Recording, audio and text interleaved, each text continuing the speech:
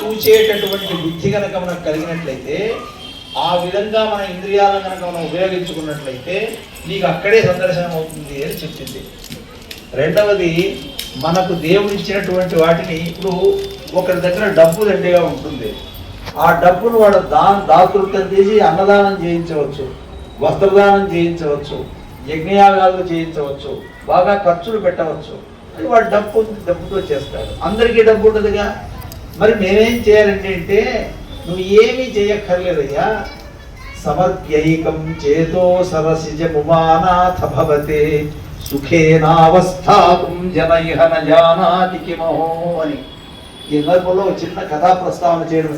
మనం శివుడైనా విష్ణువైనా పేర్లు వ్యవహరిస్తున్నాం కానీ పరమాత్మే, అందులో తేడా ఏం లేదు. ఆయన రుద్రో బహుశిరాభ్రుర్విశ్వయో నిశ్చుచి శ్రవాహ అని అదే శాస్త్రనామంలో కూడా చెబుతున్నాం మనం. అన్ని ఆయన లేనటువంటిది మత్త పరతరం నాణ్యత్ కించిదస్తి ధనంజయ అని భగవద్గీతలో చెప్పారు. ఆయనకు మించింది ఏది అంతా నేనే అన్నాడు ఆయన. కనుక ఆయన ఏం చేశారంటే, ఆ శివ ప్రస్తావన ఇక్కడ ఒకటి. ఒక గురువు గారు ఒక ఆయన ఉన్నారండి. ఆయన ఏం చేశారంటే, ఆయన మహాభక్తుడు. ఆయన ఏమంటున్నాడంటే, మెలకువతో ఉండి ప్రజ్ఞతో అన్నీ వ్యవహరిస్తున్నప్పుడు సక్రమంగా మనం 10 మందిలో ఉన్నాం. ఇప్పుడు మనం వేరే రకంగా బిహేవ్ చేయలేదు, వేరే రకంగా వ్యవహరించలేదు. ఏకాంతంలో ఉన్నాం అనుకోండి, మన అసలు వ్యక్తిత్వం బయటపడుతుంది. రహస్యంగా ఉన్నప్పుడు ఇవ్వ ఇంట్లోనే ఉన్నా, ఇవ్వట్లేదు, ఒకటే చేస్తాను అనుకో, అప్పుడు కొద్ది చేష్టలు కూడా బయటికి రావచ్చు. చెప్పలేము, అది ఏ వస్తుందని కూడా చెప్పలేము.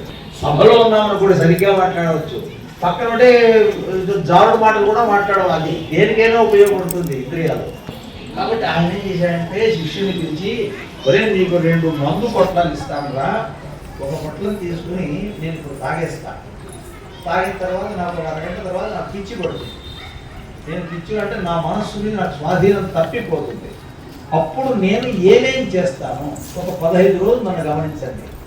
నేను నా మనసు నా స్వాధీనం, నా బుద్ధి నా స్వాధీనంలో ఉన్నప్పుడు అప్పుడు నేను ఏం చేస్తాను అవన్నీ గుర్తుపెట్టుకుని దాచిపెట్టాను.